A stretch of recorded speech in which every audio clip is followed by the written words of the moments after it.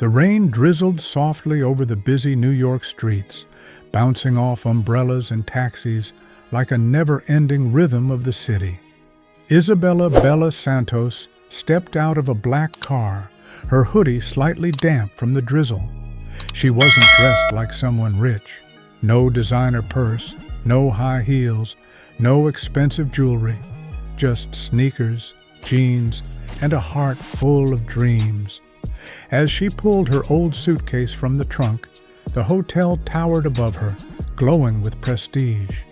The Hartwick Hotel, one of Manhattan's most luxurious destinations. She paused and looked up, her eyes soft but strong. 10 years ago, I couldn't even afford a sandwich in this city, she thought.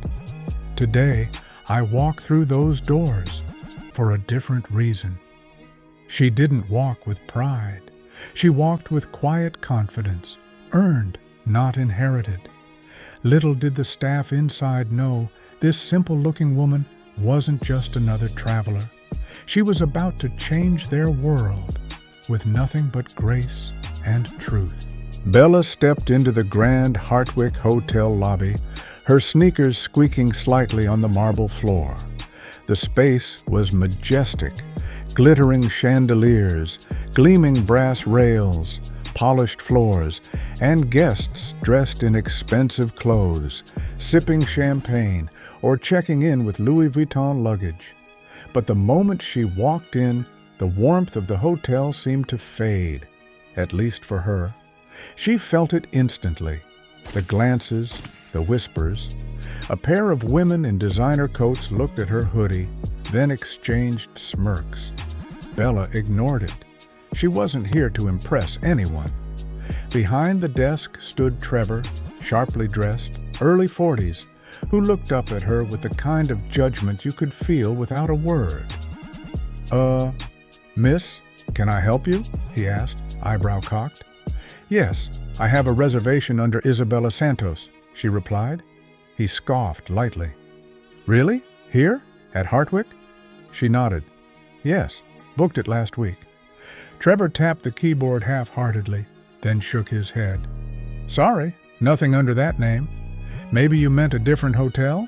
Trevor barely glanced at Bella's reservation confirmation. "Photoshop is a powerful thing," he muttered, clearly not believing her. The words weren't loud, but they were sharp enough to cut through her patience.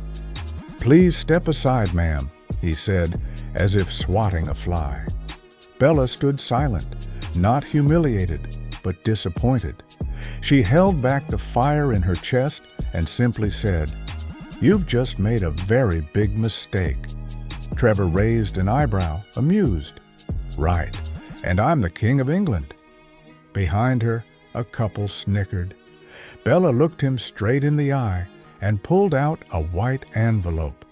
But before she could open it, Trevor pressed a button beneath the desk. Security was coming.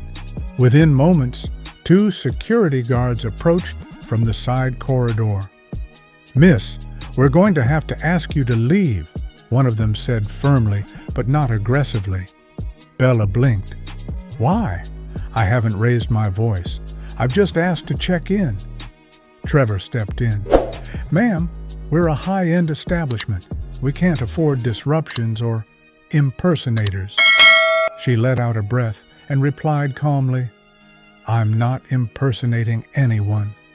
One of the guards added, "Let's not make this harder than it needs to be." Bella clutched the envelope tighter, heart steady. She was about to speak when a voice rang out, deep and commanding, from across the marble floor. "That's enough." A tall man in a gray tailored suit approached, briefcase in hand. He stopped beside Bella and addressed Trevor. "This woman is Isabella Santos. She is not only a guest here, she is now your employer." He opened his briefcase and presented official documentation. "As of this morning, Ms. Santos is the new owner of the Hartwick Hotel." The entire lobby went still. Trevor, visibly sweating, tried to recover. "Ms. Santos, I apologize. Bella raised a hand, silencing him with grace. "Save it. You didn't just insult me. You insulted every hard-working immigrant who's ever walked into a room and been told they don't belong." She turned to the lawyer. "Call the general manager. It's time we talk about staff restructuring." The guards stepped forward again, but not for her. They gently asked Trevor to step aside. His face turned red, but this time he didn't argue. He knew this was over.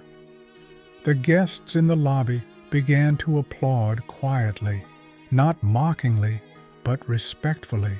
10 years earlier, Bella had stood outside a hotel just like this, soaking wet, broke, and hungry. She was a cleaner back then, scrubbing bathrooms at night, attending business classes during the day. She saved every penny, invested wisely, and built a company from scratch. Real estate, development, hospitality. She never forgot what it felt like to be looked down on. "I promised myself," she once told her mentor, "that if I ever got to the top, I'd open doors for those like me." Now, here she was, on top, but still walking humbly. That afternoon, Bella met with the hotel's management team. "We're not just changing owners," she said. "We're changing values. This will be a place of excellence, but also kindness."